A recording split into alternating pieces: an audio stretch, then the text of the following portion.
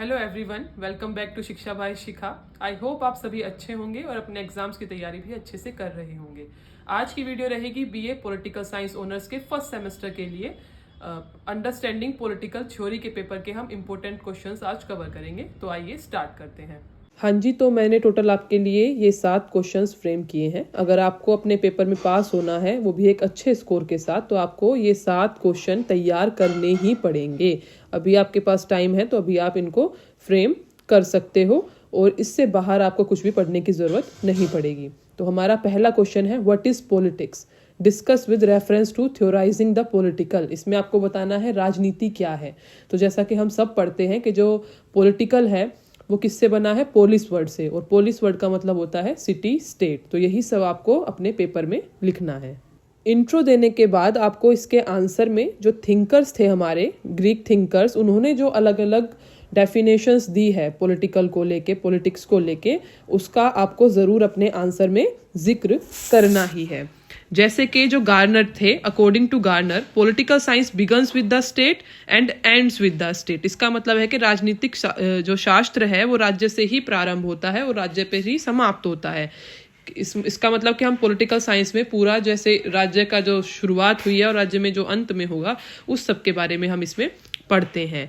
ठीक है, ऐसे ही डेविड ईस्टन ने बोला था कि राजनीतिक का संबंध मूल्यों के अधिकार के आधिकारिक आवंटन से है। ठीक है, politics is related to the official allocation of rights of values.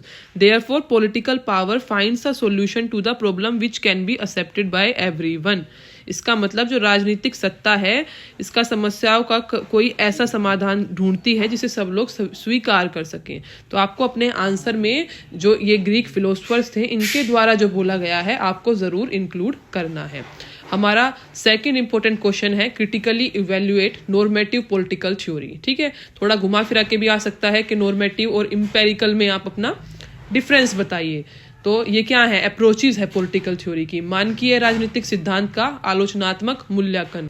जो नॉर्मेटिव मानकीय पॉलिटिकल थ्योरी होती है, हम उसको फिलोसफिकल थ्योरी भी कहते हैं, क्योंकि इसमें बताया जाता है कि एक स्टेट जो है, एक आइडियल स्टेट कैसे हो सकता है। ये है की बात ना करके ये बात करते हैं ओ टू बी, कैसा होना चाहिए। ठीक है, आदर्शवादी जो है उसकी ये बात करते हैं कि एक चीज़ जो है ये नहीं बताते कि कैसा है, रियलिटी में कैसा है। ये बात करते हैं कि कैसा होना चाहिए, आइडियल कैसे हो सकता है, आदर्श कैसे हो सकता है।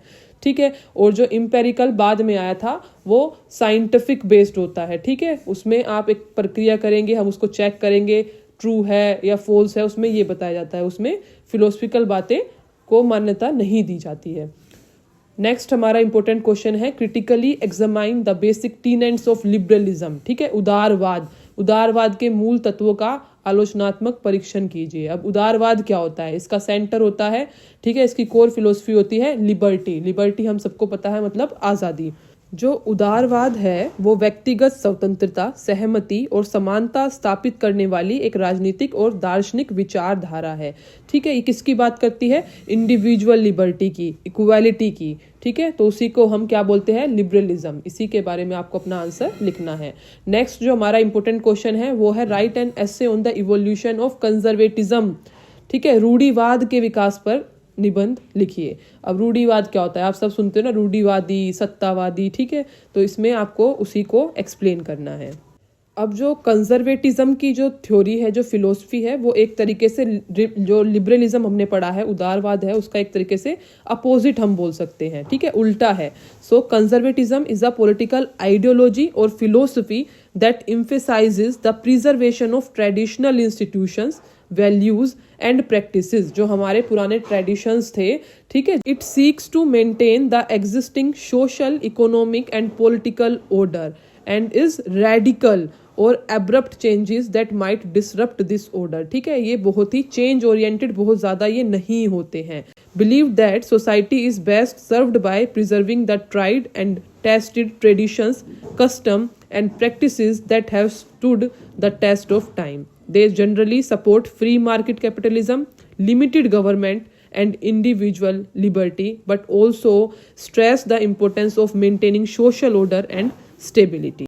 इसका मतलब ये है कि जो कंजर्वेटिव जो फिलोसफी को जो सपोर्ट करते हैं, उनका ऐसा मानना होता है कि जो समाज के जो आदर्श हैं, जो ऐतिहासिक हमारे ट्रेडिशंस हैं, जो हमें विरासत में मिले हैं, वो इसको प्राथमिकता देते हैं ये उसको, ठीक है। ये ग्रेजुअल चेंजेस पर फोकस करते हैं, धीरे धीरे बदलाव करने को ये प्रमोट करते हैं। तो इस प्रकार रूढ़िवादी उन संस्थानों और प्रथाओं का समर्थन करते हैं जो धीरे धीरे विकसित हुए हैं और निरंतरता और स्थिरता की अभिव्यक्ति के साथ आगे बढ़ रहे हैं।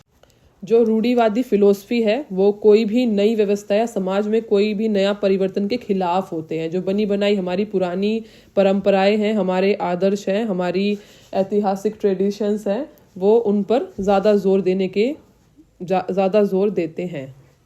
नेक्स्ट हमारा क्वेश्चन है, what is radical feminism, discuss its core features. उग्र नारीवाद क्या है?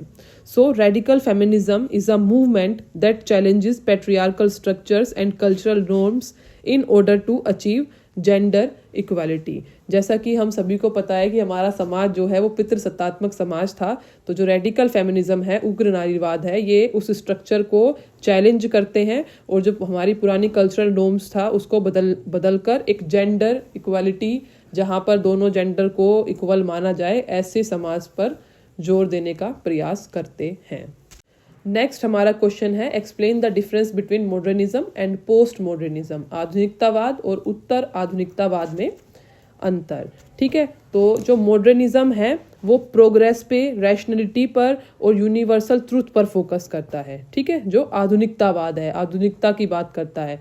और जो उत्तर आधुनिकतावाद है, पोस्ट मॉडर्निज्म है, उसने ग्रैंड नैरेटिव की थ्योरी को और जो सिंगल ट्रूथ और ऑब्जेक्टिव ट्रूथ की जो थ्योरी चल रही थी उसने उसको नकार दिया था, ठीक है। और हमारा लास्ट क्वेश्चन है, discuss the idea of political community. राजनीतिक समुदाय, जिसको हम दायित्व भी बोलते हैं, उसकी धारणा के बारे में चर्चा कीजिए। So political community is as old as human civilization. Political community consists of all the people in a given geographical area under a common system of government and laws। इसका मतलब क्या हुआ कि एक ही geographical area में जो मिलकर एक साथ लोग रहते हैं, जो एक ही गवर्नमेंट के अंडर और एक ही लॉज को जो फॉलो करते हैं, उसको क्या बोलते हैं? Political community. For example we can take that all citizen of a nation state such as India, Iraq, जो भी स्टेट्स हैं उसको क्या है, वो एक पॉलिटिकल कम्युनिटी है। सो political community is organisations of power for political purpose, ठीक है। Underline, organisations of power for political purpose. तो ये टोटल 7 क्वेश्चंस हमने डिस्कस किए हैं, ठीक है। आप इन 7 क्वेश्चंस को अच्छे से तैयार कर लो। थोड़ा थोड़ा तो मैंने भी एक्सप्लेन किया है, थोड़ा सा आप गूगल कर लीजिए तो आप पेपर में अच्छे से समझकर लिख पाएंगे, ठीक है। आई होप कि आज की वीडियो आप सभी के लिए यूजफुल रही होगी। आपकी कोई भी क्वेरी होती है तो आप मुझे कमेंट बॉक्स में बता सकते हैं। Thank you.